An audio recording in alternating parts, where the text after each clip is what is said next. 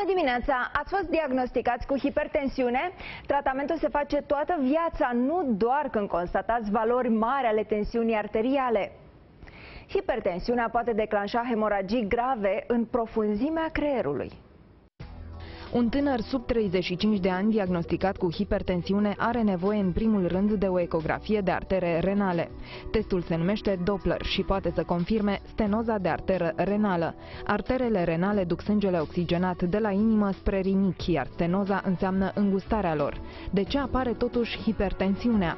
Ideea că rinichii funcționează, ei sunt senzorii pentru menținerea tensiunii și dacă o arteră este stenozată, rinichiul primește flux la o presiune mai mică și el încearcă să-și crească tensiunea la una pe care o consideră normală, chiar dacă celălalt rinichi are mesajul corect. Și atunci produce o grămadă de hormoni care îți provoacă hipertensiunea până primește și el sânge la o presiune care se convine. Astfel, rinichiul își asigură tensiunea corectă a sângelui primit, dar acest fapt se traduce pentru restul organismului prin hipertensiune. A doua cauză a hipertensiunii la un tânăr este endocrinologică. Orice tânăr care este sub 35 de ani și eventual și cu un istoric familial de hipertensiune, că aproape toate glandele endocrine pot fi implicate în geneza hipertensiunii. Examenul endocrinologic este obligatoriu. După 35 de ani însă vorbim despre hipertensiune esențială, care apare deoarece vasele de sânge se rigidizează în timp. Tensiunea arterială înseamnă presiunea exercitată de către sânge asupra pereților vaselor de sânge.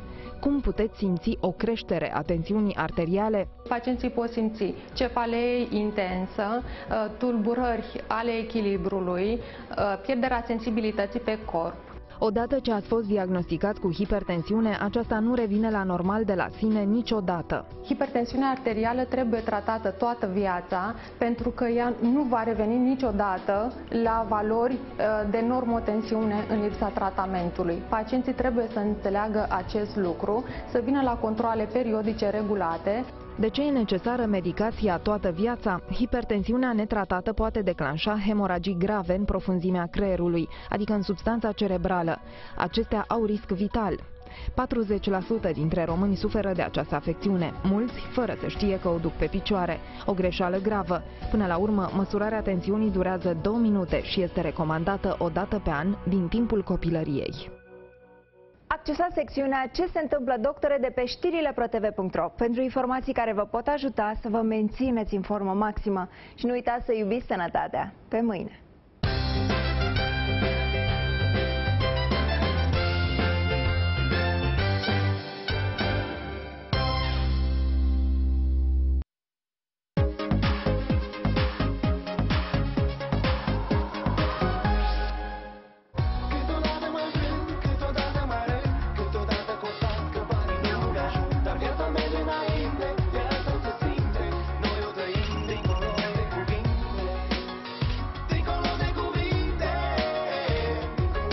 Oricât de diferiți am fi, cu toții avem milioane de experiențe care merită împărtășite. De aceea am creat abonamentul tău cu minute nelimitate internațional, minute și SMS-uri nelimitate în toate rețelele, internet nelimitat, plus smartphone la super preț.